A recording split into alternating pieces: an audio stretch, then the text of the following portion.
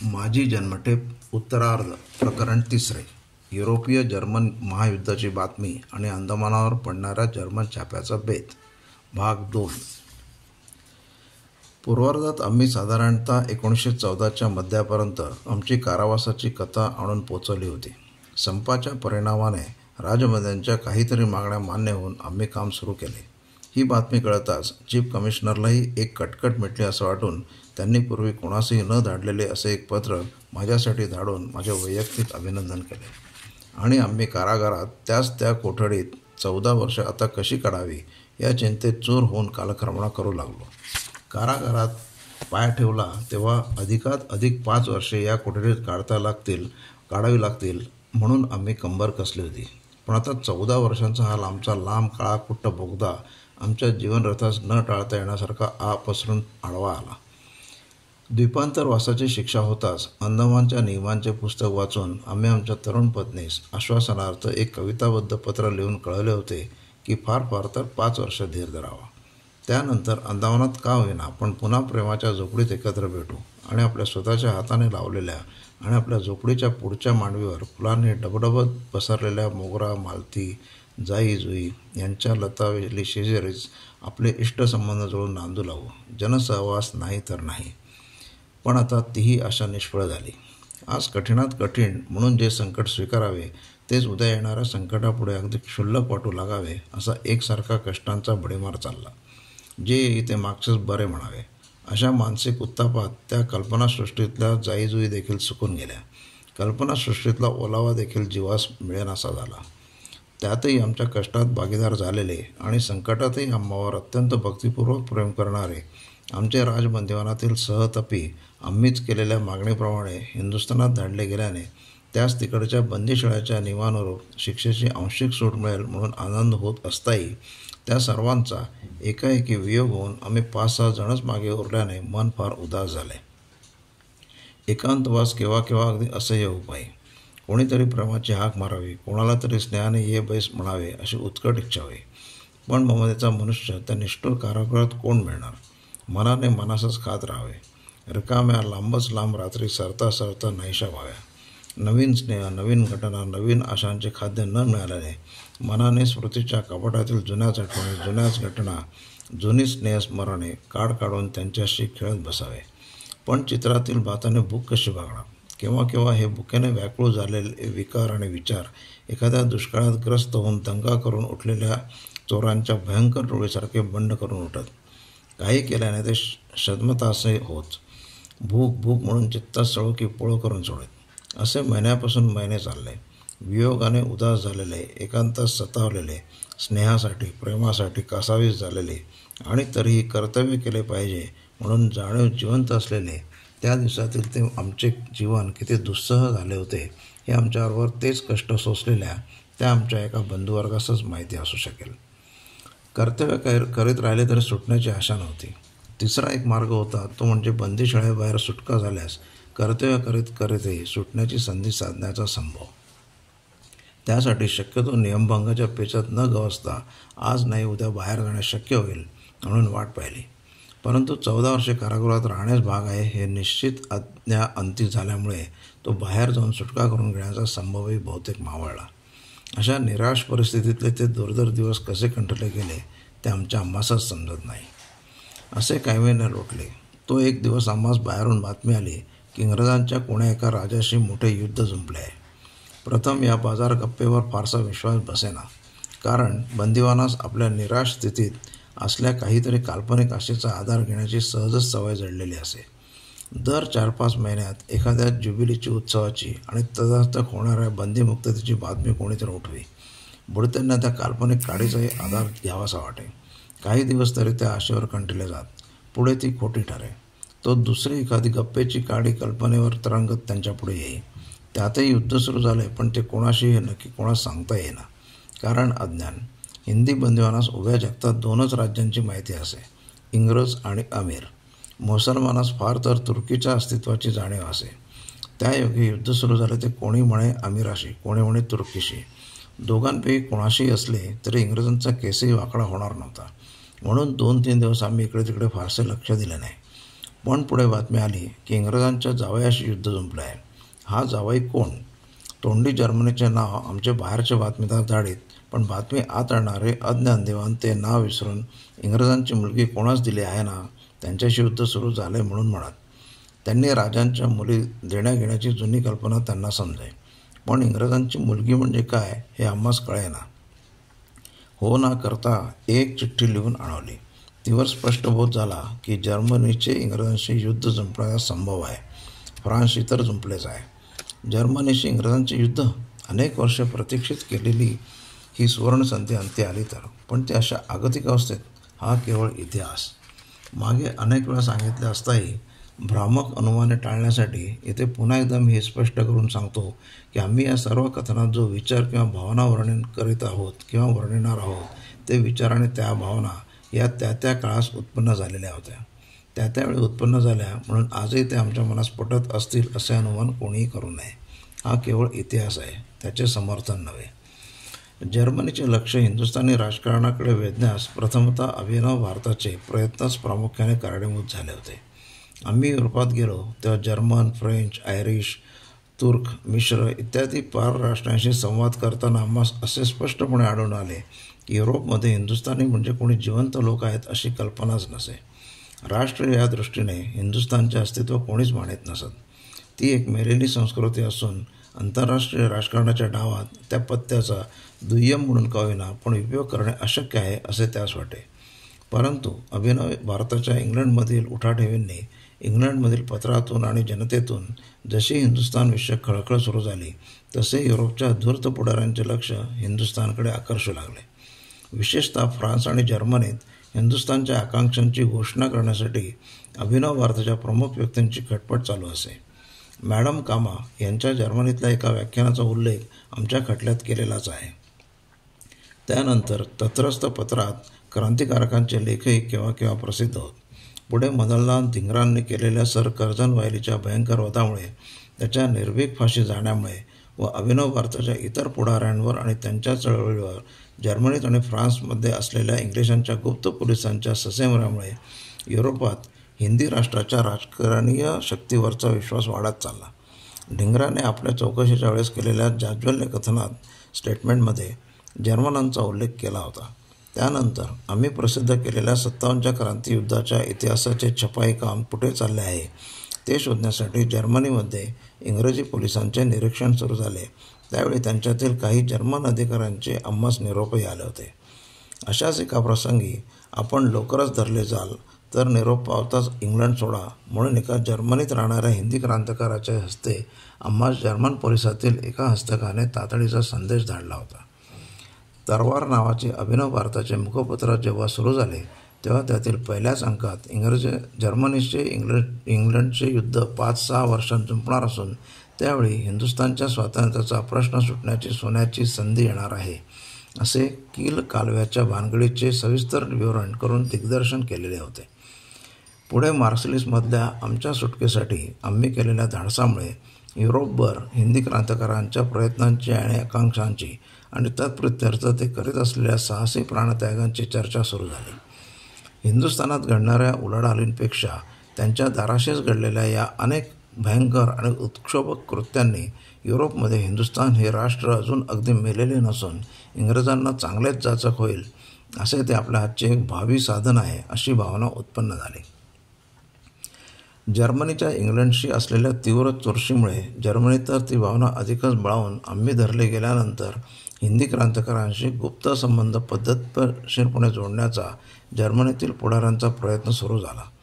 अभिनव भारतातील 1-2 कर्ते आणि कुशाग्र बुद्धीचे पुढारी त्या प्रयत्नांचा लाभ घेण्यासाठी जर्मनीतच जाऊन राहिले आणि अमेरिकेत गेलेल्या पुढाऱ्यांनी प्रस्तावित केलेल्या गदर पत्रात जर्मन महायुद्ध शीघ्रच सुरू होण्याचा संभव असून त्या संधीत स्वदेशाच्या मुक्ततेच्या निर्वाणीचा प्रयत्न करण्यास उद्युक्त व्हा म्हणून उत्क्षोभक लेख प्रकटपणे येऊ लागले. या बातम्या आम्हास अंदमानातही थोड्या कळल्या होत्या. ही पूर्वपीठिका संक्षिप्त रूपाने येथे देण्याचा मुख्य हेतू हा आहे की त्यायोगे जर्मन महायुद्ध सुरू होण्याची बातमी आम्हास मिळताच आमच्या अभिनव भारतीय कार्यक्रमाप्रमाणे ती बातमी अनपेक्षित नसताही ती चिरकांक्षित घटना घडताच तिचा पुरेपूर लाभ आपणास घेता येऊ नये अशा अगतिक अवस्थेत आम्ही पडावे याची आम्हास किती चुटपुट लागली असेल याची वाचकास कल्पना करता यावी. आमच्या तत्कालिक भावना आणि योजना काय असतील हे आता सविस्तर सांगण्याची आवश्यकता नाही. अगतिक अवस्थेत पडलो असता स्वराष्ट्राच्या संभवनीय मुक्ततेचीही शतकातून एक दोनदाच साधणारी सुवर्णसंधी यावी याची किती जरी चुटपुट लागली तरी शीघ्रच त्या अगतिक अवस्थेतही त्या सुवर्णसंधीचे पर्व आपल्या मातृभूमीच्या हातून निसटून जाऊ नये म्हणून जी काही त्या परिस्थितीत पेचापेची करणे शक्य होते ती करण्याचा आम्ही निश्चय केला. इतक्यात स्वतः पर्यवेक्षकानेच पाहणीच्या दिवशी आम्हाला सांगितले की युरोपमध्ये एक मोठे बहुराष्ट्रीय युद्ध सुरू झाले असून तुर्की जर्मनीच्या पक्षास मिळाला आहे. त्या युद्धासाठी पोर्ट ब्लेअरमध्ये वर्गणी उभारण्याचे ठरले असून एक पोर्ट ब्लेअरच्याच लेखकांचे मासिक पत्र काढण्याचे धाटत आहे. तरी त्यात आपण एक कविता वा लेख द्यावा. पर्यवेक्षकाच्या या विनंतीप्रमाणे मी एक बरीच लांब कविता इंग्रजीत लिहून दिली होती. माझ्या इंग्रजी कविता तेथील ब्रिटिश अधिकाऱ्यांच्या थोड्या बहुत पुरायच्या असतच, परंतु त्या कवितेतील स्वतंत्र विचार त्यांच्या किचपत चित्तास येतील याची मला शंकाच होती. शेवटी त्या मासिकाचाच जन्माच्या आधीच अंत झाल्याने ती गोष्ट तशीच राहिली. तथापि पर्यवेक्षकाने तुर्की राष्ट्र जर्मनीस मिळाल्याचे जे वर्तमान सांगितले त्यामुळे माझ्या मनात मी ठरवून ठेवलेल्या तत्रस्थ कार्यक्रमाचे रूप बरेच पालटले.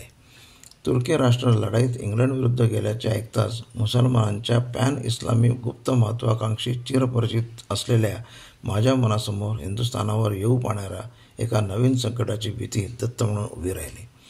तुर्कीच्या युद्धप्रवेशाने जर्मनीचा हात हिंदुस्थानास पोचवून इंग्रजी सत्तेस हिंदुस्थानातच महत्त्वाचा पेच पाडण्याचा संभव शक्य होता.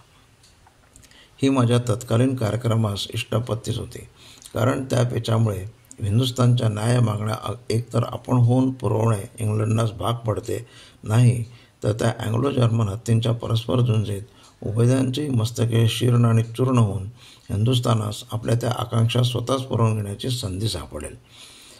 परंतु या झटापटीत रशियातील मुसलमान टोळधाडीस हिंदुस्थानावर स्वारी करण्यास चिथावून हिंदुस्थानात अस्तंगत झालेली मुसलमानी सत्ता पुनर्स्थापन करू पाहणाऱ्या हिंदुस्थानी मुसलमानांची राक्षसी खटपटही क्वचित फलद्रूप होण्यासारखी होती.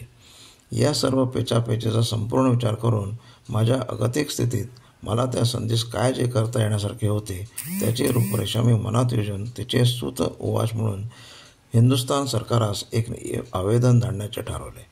माझ्या योजनेची रूपरेषा जरी येथे देता येत नाही तरी त्या आवेदनपत्राची रूपरेषा येथे सांगणे शक्य आहे.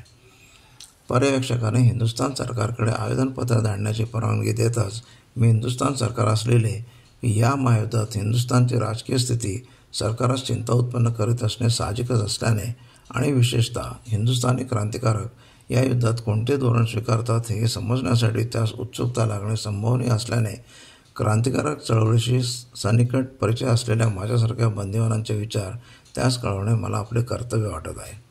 हिंदुस्थानात स्वतंत्र राष्ट्राच्या पदवीस पोचवणे हे आमचे ध्येय होते आणि आहे. तथापि या ध्येयाच्या सिद्धीसाठी रक्तपाताचा सशस्त्र क्रांतिकारी मार्गच काय तो अवलंबन करायचा अशी काही आम्ही शपथ घेतलेली नाही. इतकेच नव्हे तर इतर कोणताही उपाय जर सफल होण्याचा संभव असेल तर आम्ही सशस्त्र प्रतिकाराचा अवलंब केलाच नसता. जी गोष्ट साधनाची तीच साध्याची. राजकारणाच्या व्यवहाराचे आणि शासनशास्त्राचे उच्चतम ध्येय सर्व मनुष्यजातीस समसमान अधिकार असणाऱ्या एका प्रातिनिधिक शासन संस्थेचे नागरिक बनवणे हे होय. एक देव, एक भाषा, एक जाती, एक जीवन अशा एका न्यायप्रवण आणि प्रातिनिधिक शांती साम्राज्याची आध्रुव ध्रुव करुणे आणि त्या मानव साम्राज्यात हे कुळवंश, जाती, देश, भाषा भिन्नत्वाचे क्षुद्र अभिमान आणि अहंकार विलीन करून उभ्या मनुष्य जातीचे राजकीय सात्विक एकीकरण हेच ज्यांचे अंतिम ध्येय आहे, त्या आम्हास ह्या ध्येयाच्या सिद्धीसाठी तदनुकूल असलेल्या सर्व संस्था त्या ध्येयाकडे जाणाऱ्या मार्गावरील टप्पे म्हणून ग्राह्यच वाटतात. अनेक उपजातीस आणि राष्ट्रास एका शासनसूत्रात गोवणारे एखादे साम्राज्य त्या ध्येयास व्यवहृत करण्यास उपयुक्तच होणारे असल्याने ज्यांच्या छत्राखाली ती विभिन्न राष्ट्रे आपापल्या प्रगतीस पोषक असे स्वातंत्र्य उपभोगू शकतात असा साम्राज्याचा विरोध आम्ही मुळीच करू इच्छित नाही. म्हणून आज ज्यास ब्रिटिश साम्राज्य म्हटले जात आहे त्यास अंतर्भूत असणाऱ्या हिंदुस्थानातील देशास जर स्वप्रकृतीप्रमाणे तत्व परिस्थितीप्रमाणे स्वातंत्र्य उपभोगू देण्यात येतील तर आम्ही त्या साम्राज्याशी एकनिष्ठ राहणे हेच आमचे कर्तव्य समजू. अशा रीतीने आयर्लंडपासून हिंदुस्थानपर्यंत सर्व देशास एकसूत्रीकरणात घोळण्याचे कार्य करणारे ते साम्राज्य ब्रिटिश साम्राज्य हे नाव देखील त्याज्यच मानेल. इतर नाव प्राप्त होईतो त्यास आर्य साम्राज्य असे पाहिजे तर म्हणावे. ह्या साम्राज्याचा प्रस्तुत चालकांच्या अंगात जसे सात्विक साहस करणारे धारी असेल तर तदंतर्गत असलेल्या त्या हिंदुस्थानच्या विस्तृत आणि प्रमुख राष्ट्रास्तरी त्यांनी त्वरित ते स्वातंत्र्य उपभोगिता येईल असे अधिकार त्वरित देऊन टाकले पाहिजेत. युद्धाच्या धांदलीत इतर काही करता न आले तरी औपनिवेशिक स्वायत्तता कॉलोनियल सेल्फ गव्हर्नमेंट जर हिंदुस्थानास देण्यात येईल आणि या अधिकारदानाचे सूत उवाच म्हणून वरिष्ठ विधिमंडळात हिंदी प्रतिनिधींचे निरपवाद बहुमत स्थापित करण्यात येईल तर हिंदुस्थान देशाच्या कल्याणासाठीच आम्ही आणि आमच्या मताचे क्रांतिकारक आपला पूर्वीचा सशस्त्र प्रतिकाराचा मार्ग स्थगित करून या युद्धात इंग्लंडचा पक्ष मनपूर्वक एकनिष्ठेने अवलंबतील. आमचे हे विधान मनपूर्वक आहे की नाही हे सिद्ध करून दाखवण्याची संधी आम्हास देण्यासाठी आणि इंग्लंड खरोखरच हिंदुस्थानच्या दास्य शृंखला तोडण्यास इच्छित आहे याविषयी हिंदू लोकांचे मनात विश्वास उत्पन्न करण्यासाठी सरकारने प्रथमतः आम्हा राजबंदिवानास त्वरित मुक्त केले पाहिजे. आम्ही असे वचन देतो की जर आम्हास यावेळी मुक्त करण्यात येईल तर आम्ही हिंदुस्थानवर स्वारी करून येण्याची शक्य ती खटपट करणाऱ्या अफगाण तुर्काधिक आशियातील विदेशी मुसलमानी टोळधाडीपासून स्वदेशाचे संरक्षण करण्यासाठी सैन्यात भरती होऊन हिंदुस्थानच्या सीमासमरावर किंवा इतर तद्नुषिक अशा कोणत्याही रणक्षेत्रात जाण्यास कचरणार नाही. अशा रीतीने स्वयंसैनिक होण्याच्या अटीवर आम्हा राजबंदिवानांची सुटका करून आणि हिंदुस्थानास औपनिवेशिक स्वायत्तता देण्याचा तात्काळ आरंभ म्हणून वरिष्ठ विधिमंडळात कौन्सिल्समध्ये हिंदी प्रतिनिधींचे बहुमत स्थापित करण्याचा अधिकार दिल्याची घोषणा करून सरकारने हिंदुस्थानच्या प्रति सहाय्य आणि निष्ठा उपार्जन करण्याची ही संधी अवश्य साधावी. आम्ही हे आवेदनपत्र केवळ बंदीगृहातून सुटका होण्यासाठी लिहिलेले आहे अशी किंवा इतर राजबंदिवान सोडले असता आम्हासही सोडण्याची पाळी येणार आणि आमच्या सुटकेनंतर आम्ही हिंदुस्थानच्या शांततेचा भंग करू की नाही हे नक्की सांगता येणे तर कठीण, तेव्हा राजबंदिवानास वर्गास न सोडणे बरे अशी शंका जर सरकारास येत असेल तर मी असे आनंदाने आपण सुचवतो सरकारने मला न सोडता अंदमानातल्या हिंदुस्थानातल्या आणि बाहेर देशोदेशी निर्वासित होऊन अडकून पडलेल्या राजबंदिवानास तत्काळ मुक्त करावे.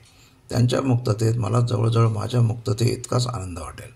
अशा आशयाचे आवेदन मी धाडले. त्यावेळेस युरोपात बहुतेक राष्ट्रे आपापले अंतर्गत राजबंदी सोडून देत होते. आयरिश राजद्रोही बंदीही सोडले होते. ती उदाहरणंही मी दिली होती. या आवेदनपत्राने म्हणजे राजबंदिवानास सरसा कोणी सोडणार होते अशी निश्चिती बाळगणे इतका कोणी वेडा नव्हता. तथापि अशी आवेदनपत्रे जरी केवळ प्रत्येकी ज्यांच्या त्यांच्या बळावरच मुक्तता घडवू शकली नाहीत तरी इतर चळवळींसह संयुक्त झाले असता त्यांचाही एकत्रित परिणाम केव्हा केव्हा होतोही. या माझ्या 1914च्या सप्टेंबरात केलेल्या आवेदनास त्या वर्षाच्या डिसेंबरात उत्तर आले की गव्हर्नर जनरलने माझे आवेदनपत्र वाचले असून त्यावर अधिकृत उत्तर जरी तत्काळ देता येत नाही तरी सध्या परिस्थितीत त्या आवेदनातील सूचना ग्राह्य करणे सरकारास साप्रत अशक्य वाटत आहे. इतके सावरकर यास कळवण्यात यावे. या उत्तरावरूनही देशामध्ये काही चाणाक्ष राजकीय पुढाऱ्यांनी युद्धाच्या संधीस काहीतरी सुधारणा घडवून आणण्याचा उद्योग आरंभला होता. त्यास क्रांतिकारकांच्या विचारांचा आणि वचनांचा पाठिंबा देऊन सरकारवर शक्यतो दाब टाकण्याचा माझ्या त्या वेळचा हेतू सफल झाला असे मला वाटले. अधिकार देत चला आणि सहाय्य घेत चला, अधिकार नाहीत तर सहाय्यही स्वेच्छेने तरी मिळणार नाही, हे धोरण या परिस्थितीत युक्त होते असे मी सांगत असे.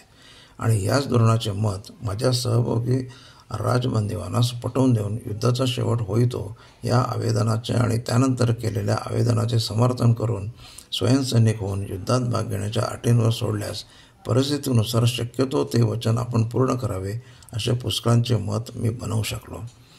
युद्ध सुरू झाल्यावर आणि हे आवेदन पाठवल्यावर 1 महिना 1.5 महिना आमचे आणि अधिकाऱ्यांचे बरेच सूत जमले होते. परंतु लवकरच सुटका उडण्याचा प्रसंग आला.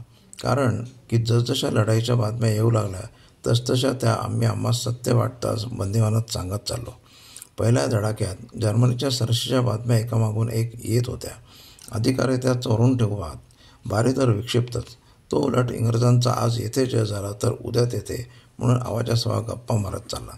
त्याचे हे करणे इंग्रजांविषयीचा लोकात होत चाललेली अप्रतिष्ठा आणि उडत चाललेले त्यांच्या शक्तीविषयीचे भय अशा प्रवृत्तीची वाढ होऊ नये आणि इंग्रजांच्या राज्याची स्थिरता डळमळते असे पाहताच अज्ञ आणि जहाल लोकात दंगेदुपे करण्याची प्रवृत्ती भडकू नये यासाठी होते. हे माहीत असताही राजबंदिवानातील त्याचे 2-4 ठराविक हस्तक त्या विक्षिप्त गप्पांची री ओढून जर्मनी म्हणजे अतिदुर्बळ, नीच, महादुष्ट आणि इंग्लिश पक्ष म्हणजे सात्विक क्रोधाचा केवळ अवतार असे बंदिवानास सांगू लागले. कारण त्यांच्या इंग्लिश सरकारची बढाई गाणाऱ्या या पुण्यकृत्याचे फळ त्यास या लोकी प्रत्यक्ष अंदमानातच मिळत होते. पोर्ट ब्लेअरचा परमेश्वर बारी त्यास कठीण हस्तपरिश्रमाच्या कामावरून काढून सर्व बंदिवानात मिळून मिसळू देई आणि मुकादमाची जागा पण देई. आम्ही 2-4 नष्ट लोक त्या मानास अयोग्य ठरलो. कारण आम्ही लढाईचा सारा दोष जर्मनीच्या डोक्यावर मारून इंग्लंड, बेल्जियमसारख्या लहान लहान दयनीय कोकरास त्या क्रूर जर्मन व्याघ्राच्या तोंडातून सोडवण्याच्या अत्यंत सात्विक क्रोधानेच काय ते या युद्धात पडेल असे बंदिवानास उपदेशित नव्हतो. आम्ही जर्मनीच्या स्वार्थी महत्त्वाकांक्षा जशा विशद करून सांगत चाललो तशाच इंग्लंडच्याही अपहारक लालसा आणि जर्मनीच्या शक्तीचा मत्सर यांचा गवगवा करू लागलो. जर्मनीचा जय झाला असता आम्ही सूतक पाळत नव्हतो. निपक्षपातीपणे जी बातमी आहे ती जशी तशी सांगून तिचा आणि युद्धाचा हिंदुस्थानातील राजकारणावर काय परिणाम होण्यासारखा आहे हे आम्ही बंदिवानास स्पष्टपणे समजावून देऊ लागलो.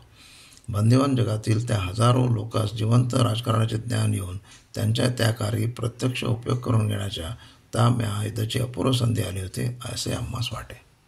इथेच थांबतो.